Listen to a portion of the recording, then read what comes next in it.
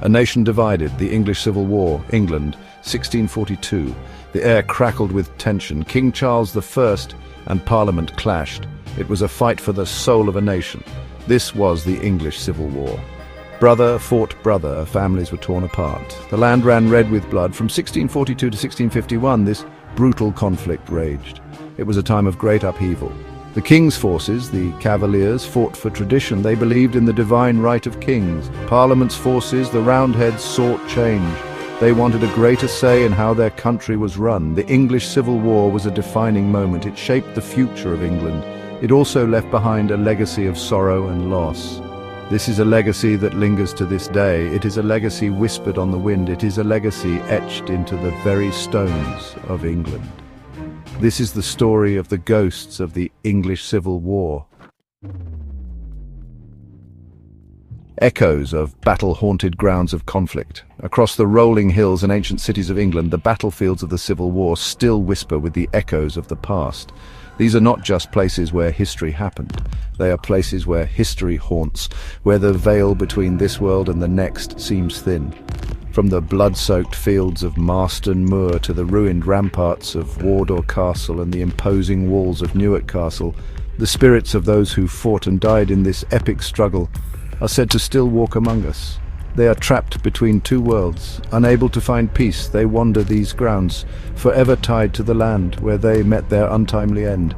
Let us journey to these haunted sites. Let us listen to the tales they have to tell. Let us confront the ghosts of the English Civil War. The restless dead of Marston Moor. The Battle of Marston Moor, 1644, a turning point in the Civil War. Here on this desolate Yorkshire moor, thousands of men clashed in a brutal struggle for supremacy. The parliamentarian forces, led by Oliver Cromwell's formidable Ironsides, crushed the royalist army. It was a victory that would change the course of English history. Today, Marston Moor is a place of eerie silence. The cries of battle have long since faded, but beneath the surface a current of unease lingers. Visitors to the site have reported strange and unsettling occurrences. Unexplained lights flicker in the darkness. Spectral soldiers are said to march across the moor, their ghostly muskets glinting in the moonlight. Local legend speaks of a farmer who, while working his land late one night, encountered a group of spectral soldiers. They were locked in a silent struggle, their faces contorted in expressions of agony and rage. As the farmer watched in terror, the ghostly figures faded into the mist, leaving behind only the chilling echo of battle. The Grey Lady of Wardour Castle, a love story etched in time. Wardour Castle in Wiltshire stands as a testament to the destructive power of war. During the Civil War, it was besieged twice, its once proud walls reduced to rubble. But from these ruins rises a tale of love, loss, and the enduring power of the human spirit. It is here that the Grey Lady wanders. She is said to be the spirit of Lady Blanche Arundel, who defended the castle with great courage during the first siege. Legend has it that she died of a broken heart after her husband was killed in battle. Visitors to Wardour Castle have reported seeing the Grey Lady gliding through the ruined halls, her sorrowful eyes searching for her lost love. Some say she is a benevolent spirit, watching over the castle she fought so bravely to defend. Section 5. The Phantom Drummer of Newark Castle, a warning from beyond the grave. Newark Castle in Nottinghamshire witnessed its fair share of conflict during the Civil War. It was a royalist stronghold, besieged 3 times by parliamentarian forces, and it is within its walls that one of the most enduring ghost stories of the conflict unfolds. The legend of the Phantom Drummer tells the tale of a young royalist drummer boy who was sent to warn the garrison of an approaching enemy force. He was captured and brutally killed, his drum thrown down a well. Now it is said that the sound of his drum can still be heard echoing through the castle grounds, a ghostly warning from beyond the grave.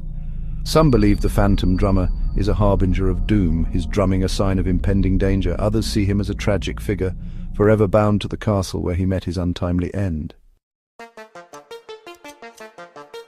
Section 6 whispers from the past eyewitness accounts. Over the centuries, countless individuals have claimed to have encountered the spectral residents of these haunted sites. Their stories, passed down through generations, paint a vivid picture of the enduring presence of the past. One chilling account comes from a group of hikers who stumbled upon the site of the Battle of Marston Moor late one night. As they made their way through the darkness, they heard the distinct sound of horses' hooves pounding the ground, followed by the clash of steel and the anguished cries of men.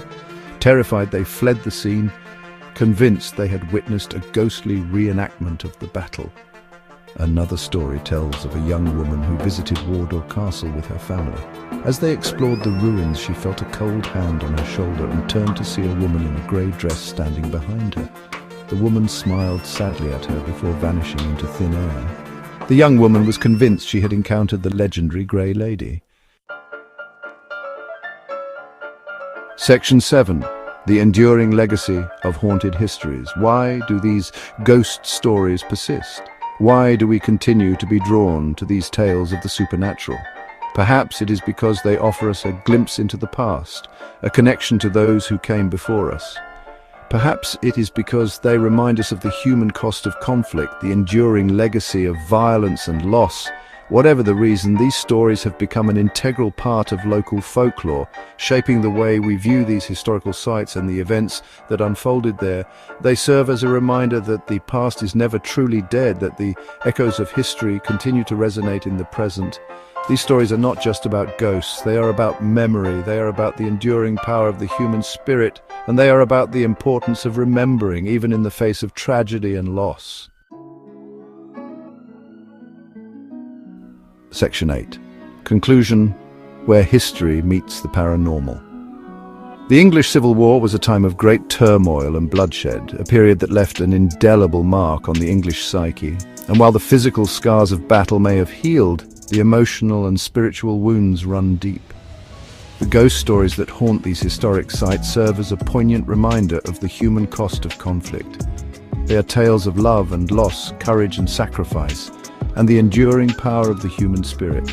Whether you believe in ghosts or not, there is no denying the power of these stories to transport us to another time and place, to connect us with the past in a way that few other things can. So, the next time you find yourself wandering the grounds of an ancient castle or battlefield, listen closely. You might just hear the whispers of the past, the echoes of those who fought and died in the name of king and country. Section 9. About the author. Derek Acorah is a world-renowned psychic medium who has dedicated his life to connecting with the spirit world and sharing his experiences with others. He is best known for his television work on shows such as Most Haunted and Derek Acorah's Ghost Towns. Derek's fascination with the paranormal began in his childhood, and he has spent decades honing his abilities and exploring the mysteries of the afterlife. He's a firm believer that death is not the end, and that our loved ones who have passed on are always with us in spirit.